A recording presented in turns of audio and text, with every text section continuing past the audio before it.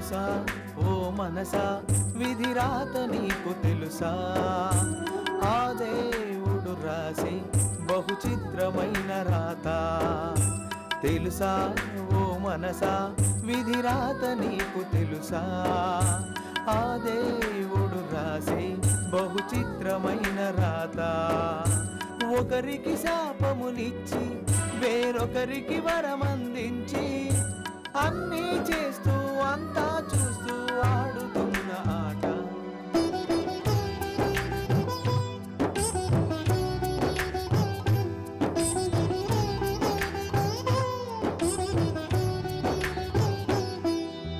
తెలుసా ఓ మనసా విధిరాత నీకు తెలుసా ఆ దేవుడు రాసే బహు చిత్రమైన రాత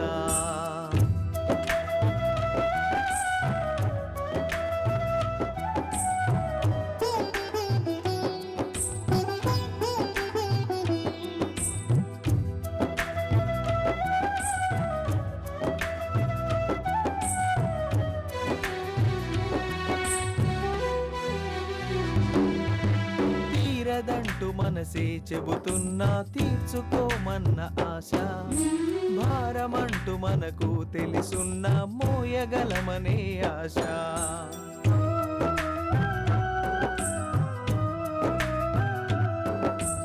అమ్మ పాలకై ఆర్తితో ఏడ్చె చంటి పాపదొక ఆశ చిన్ని నవ్వుతో గుండె కోసెడి కన్నె ప్రేమదొక ఆశ నిన్నకు నేడు ఒక ఆశ నేటికి రేపింకొక ఆశ ఈ ఆశలన్నీ కలబోతేగా కష్టాల నష్టాల నామ ఈ కాలమనే సంద్రంలోన తెలుసా ఓ మనసా విధిరాత నీకు తెలుసా ఆ దేవుడు రాసే బహు చిత్రమైన రాత ఒకరికి శాపమునిచ్చి వేరొకరికి వరమందించి అన్నీ చేస్తూ అంతా చూస్తూ ఆడుతున్న ఆట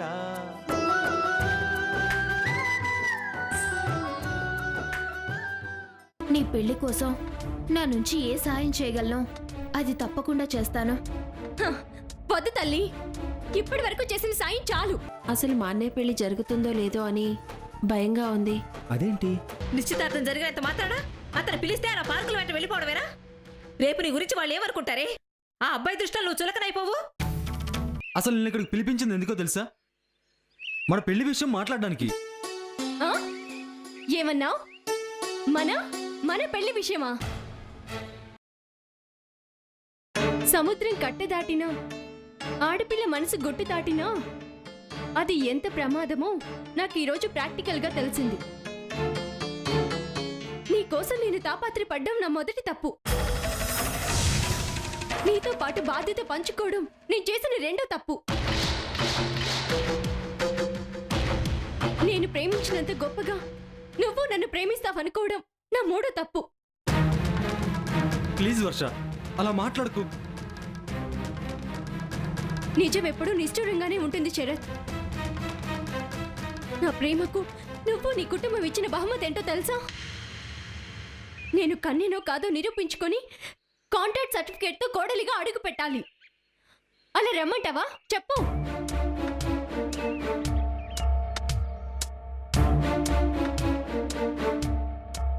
నాకేం అభ్యంతరం లేదు, కానీ అలా వస్తే నన్ను ఎలా చూస్తారో తెలుసా మీ వాళ్ళు? ఈ రోజు పెళ్లికి సర్టిఫికేట్ అడిగిన వాళ్ళు రేపు నీ బిడ్డకి తల్లిని అయితే నీతో కాపురం చేసినట్టు సర్టిఫికేట్ కావాలని అడుగుతారేమో. ఆ రోజు ఏం చేయాలి? పసిబిడ్డకు DNA టెస్ట్ చేయించి నా పాతివ్రత్యం నిరూపించుకోవాలా? లేక మన బెడ్రూమ్ విషయాలన్నీ వివరించి వాళ్ళని నమ్మించాలా? చెప్పు, ఏం చేయాలి?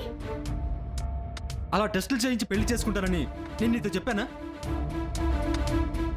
అది నీకెంత అవమానమో నాకు ఇంకా పెద్ద అవమానం. వర్ష, ఎక్కడికి? మీ ఇంటికి. వెళ్తూ వెళ్తూ ఏ చిన్న గుడిలోనో ఇంత పసుపు కొమ్ము నా మెడలో కట్టి తీసుకెళ్ళు. ఇదిగో నేను వర్షని నా భార్యగా చేసుకున్నానని మీ అమ్మా నన్నులకి ధైర్యంగా చెప్పు. పద, కమాన్. చూసావా, అది నీ వల్ల కాదు. నీకోసం నేనందరినీ వదులుకొని రాగలిగాను. నిన్నొప్పుకోలేదని బ్రతికున్న నా కన్న తండ్రిని చనిపోయాడు అని అబద్ధం చెప్పాను.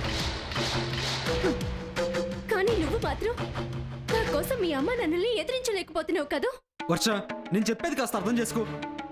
నిన్ను ఇలా చాటుగా పెళ్లి చేసుకోవాల్సిన అవసరం నాకు లేదు. నలుగురిలోనే తాళి కడతాను. అది జరిగే పని కాదని నీకు తెలుసు.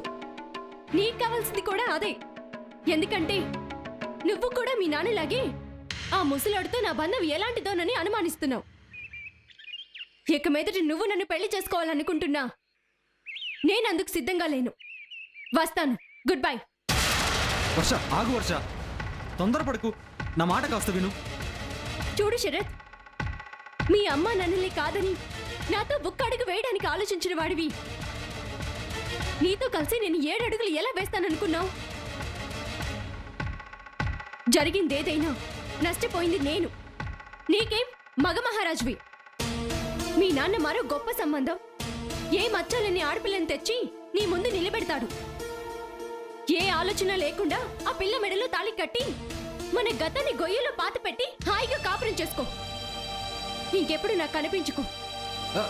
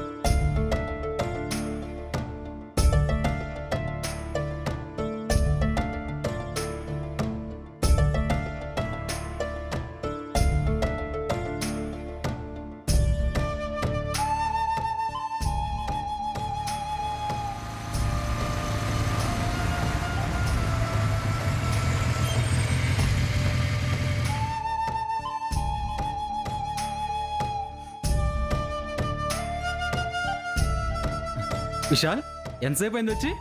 నేను వచ్చి చాలాసేపు అయిందిరా. ఎప్పుడు వస్తాను? ఎప్పుడు వచ్చావు?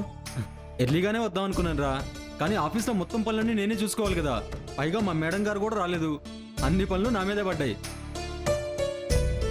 ఏంటి అలా చూస్తున్నావు? చాలా ఎదిగిపోయావరా. మీ మేడం రాకపోయినా మొత్తం పనులన్నీ నువ్వే మెయింటైన్ చేసే స్టేజ్కి ఎదిగిపోయావు. గుడ్. అంత సెటైర్ వద్దు బాబు. మీ ఆవిడ ఎంత సిన్సియరో అంత సీరియస్ కూడా. తేడాలు వస్తే ఊస్టింగ్ ఆర్డర్ చేతిలో పెడుతుంది. ఆ విషయం నీకు బాగా తెలుసు అనుకుంటా. ఏంటి విశాల్, తన గురించి మాట్లాడితే ఎందుకు అంత జరాకు వస్తుంది? నీ ఆలోచన విధానం మారుతున్నట్టుంది, కాస్త చూసుకో. చూసుకోవాల్సిన అవసరమే లేదు. నా గురించి నాకు బాగా తెలుసు. ద్రోహం చేసిన ప్రతి మనిషిని శిక్షించుకుంటూ వెళ్ళాలి అనుకుంటే ఎవరికి ఎవరూ మిగలరు.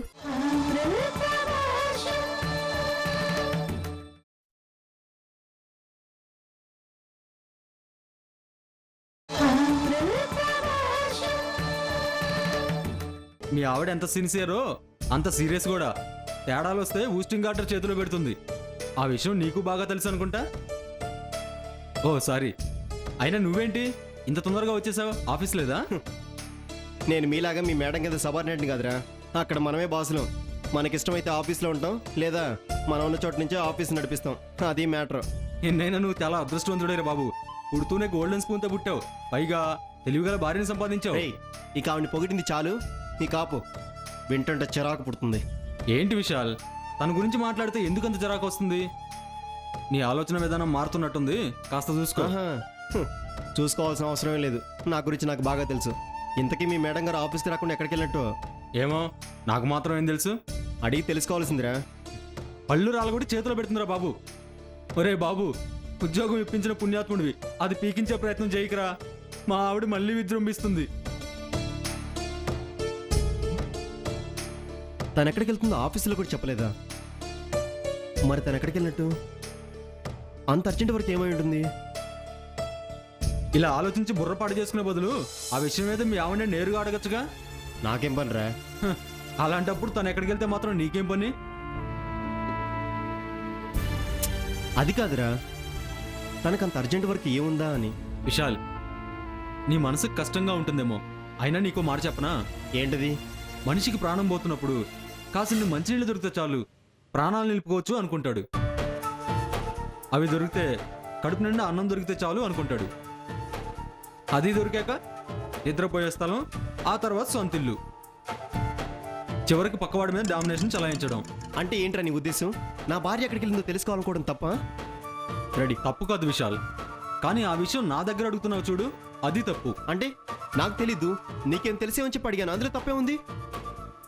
అడిగినా చెప్పలేదంటే మీ ఇద్దరి మధ్య గ్యాప్ బాగా పెరుగుతుందని అర్థం. అది కవర్ చేయాల్సిన నువ్వు నీకు తెలియకుండానే తన మీద ఆధిపత్యం చలాయిస్తున్నావు. రేయ్, పెళ్ళానికి సమాధానం చెప్పుకోలేవు కానీ నాకు నీతులు చెప్తున్నావా?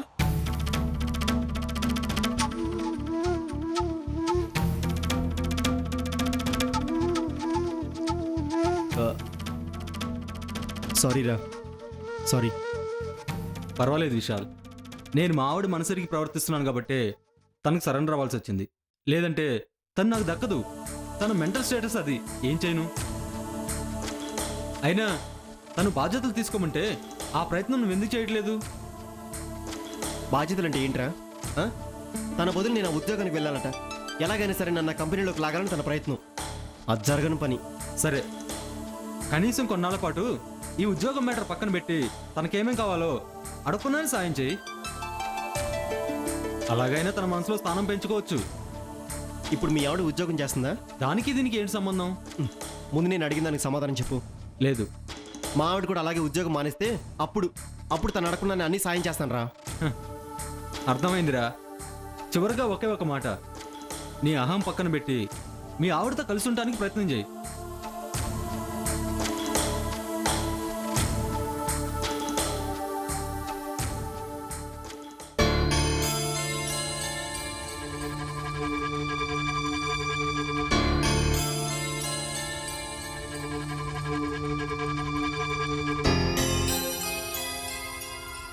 మీ ఇద్దరూ ఎలా కలిసి ఉండాలో ఆలోచించకుండా ఎవరో అమ్మాయి గురించి నీకెందుకమ్మా? తను ఎవరో కాదంకుల్, నా ఫ్రెండ్. నీకంత ద్రోహం చేయాలని చూసిన మనిషిని ఇంకా నువ్వు నా ఫ్రెండ్ అని వెనకేసుకుని రావడం ఏం బాగాలేదమ్మా. ద్రోహం చేసిన ప్రతి మనిషిని శిక్షించుకుంటూ వెళ్ళాలి అనుకుంటే ఎవరికి ఎవరూ మిగలరు. అంతెందుకు, ఆ వరుసలో మొట్టమొదట నిలబడేది వర్ష కాదు, విశాల్. అమ్మా అమృత, అవునంకుల్, వర్ష ద్రోహం చేసింది అంటే ఎవరి ద్వారా చేసింది? ఈయన చెప్పుడు మాటలు వినబట్టే కదా. వినే తత్వం మనలో ఉన్నప్పుడు చెప్పేవాళ్ళు ఎన్నైనా చెప్తారు. దానికి వాళ్ళని నేరస్తుల్ని చేసి మాట్లాడవలసిన అవసరం లేదు. ఇందులో వర్ష తప్పేమీ లేదంటావు. తను నీకే ద్రోహం చేయలేదంటావు, అంతేనా? నా తలరాత అలా ఉన్నప్పుడు ఎవరు మాత్రం ఏం చేస్తారు చెప్పండి? దానికోసం పని కట్టుకొని తన జీవితాన్ని నాశనం చేయవలసిన అవసరం లేదు కదా. ఆ పాపం మీరు మూట కట్టుకోవడం దేనికి? నేనేం చేశానమ్మా? ఆ వర్ష పెళ్ళాగిపోవడానికి కారణం మీరు కాదా?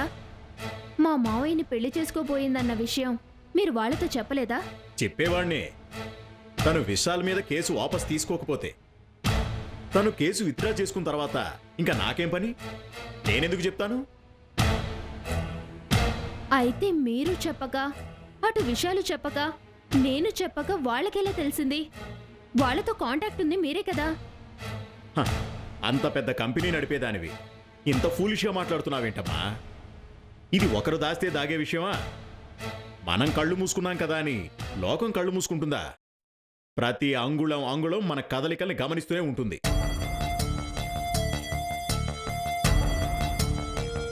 పైగా తన మామూలు మనిషా? హ, ఒకసారి తనతో మాట్లాడిన వాళ్ళకి రెండోసారి ఎలా తనని దెబ్బ కొట్టాలా అనిపిస్తుంది. ఎవరో ఒకరు చెప్పేసుంటారు. సరే, ఆ విషయం అంటే మీకు తెలీదు, ఓకే. మరి తన చేత ఖాళీ బాండ్ పేపర్ మీద సంతకం చేయించుకోవడం ఎందుకు అంకుల్? తనని బ్లాక్మెయిల్ చేయడానికా? ఏ జన్మలో ఏ జంటను విడదీసిన పాపమో తెలియదు కానీ నాకు విశాల్కి మధ్య రాకూడని మనస్పర్ధలొచ్చాయి. వదిన్తో మాట్లాడావా? తను కలిసిందా? ఏం మాట్లాడవేంట్రా? ఏం జరిగింది?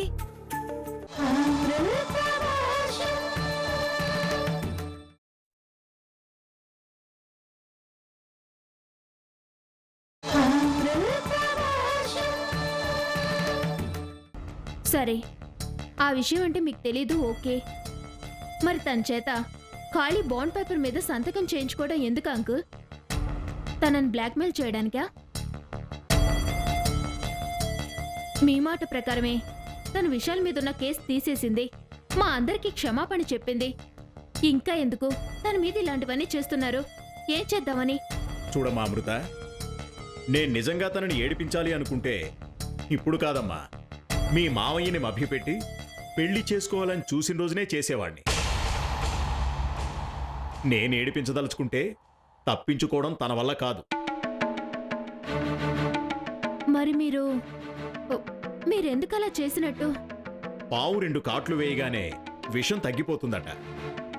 ఇక ఏం చేయదు కదా అని అలాగే వదిలేస్తే తిరిగి విషం నింపుకొచ్చి ఆకసి ఈకసి రెండూ కలుపుకొని చావు దెబ్బ కొడుతుంది.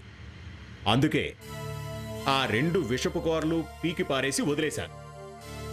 మళ్ళీ ఎప్పుడైనా నీ మీద గాని విశాల్ మీద గాని కక్ష పెట్టుకుని వస్తే మంత్రంలా వాడదామని అలా రాయించాను. అది కేవలం తనని భయపెట్టడానికే, అంతే.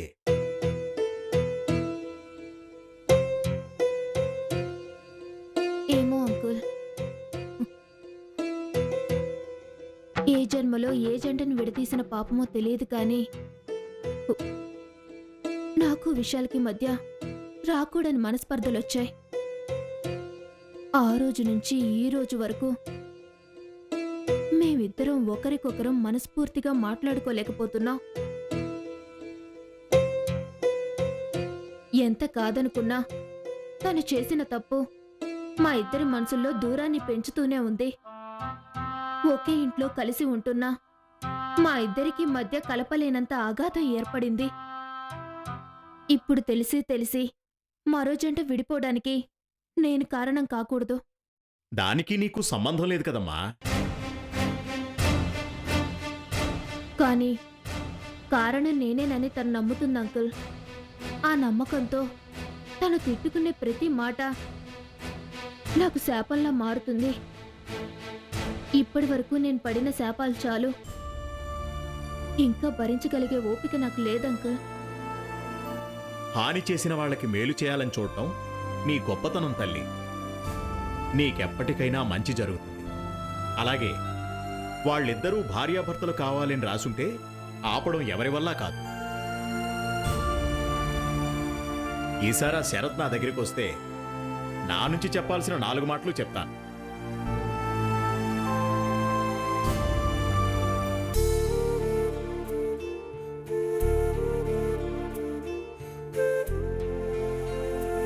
జరిగిందేదైనా నష్టపోయింది నేను. నీకేం మగ మహారాజు. మీ నాన్న మరో గొప్ప సంబంధం నీ ముందు నిలబెడతాడు. ఏ ఆలోచన లేకుండా ఆ పిల్ల మెడలో తాళి కట్టి మన గతాన్ని గొయ్యలో బాధ పెట్టి హాయిగా కాపురం చేసుకో. ఇంకెప్పుడు నాకు కనిపించు.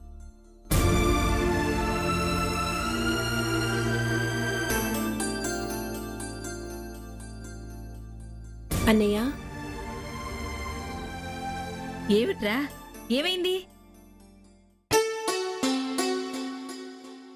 వదిన్తో మాట్లాడావా? తను కలిసిందా? ఏం మాట్లాడవేంట్రా? ఏం జరిగింది? ఆ అమ్మాయిని కలిసి ఎలాగైనా మాట్లాడతానన్నావుగా, ఏమైంది? ఇంతకు కలిసిందా లేదా? కలిశాను, మాట్లాడాను. ఏమందిరా? తనకు ధైర్యం చెప్పావా? ఏమని చెప్పమంటావమ్మా? ఏమని చెప్పమంటావేంట్రా? ఎలాగైనా ఈ పెళ్లి జరుగుతుంది అని నేను చెప్పానని చెప్పలేకపోయావా? లేదమ్మా, నువ్వే కాదు, ఈ ప్రపంచంలో ఎవరు చెప్పినా తను పెళ్లికి సిద్ధంగా లేదు. జీవితంలో నా మొహం చూపించద్దని నా మొహాన్ని చెప్పేసి వెళ్ళిపోయింది.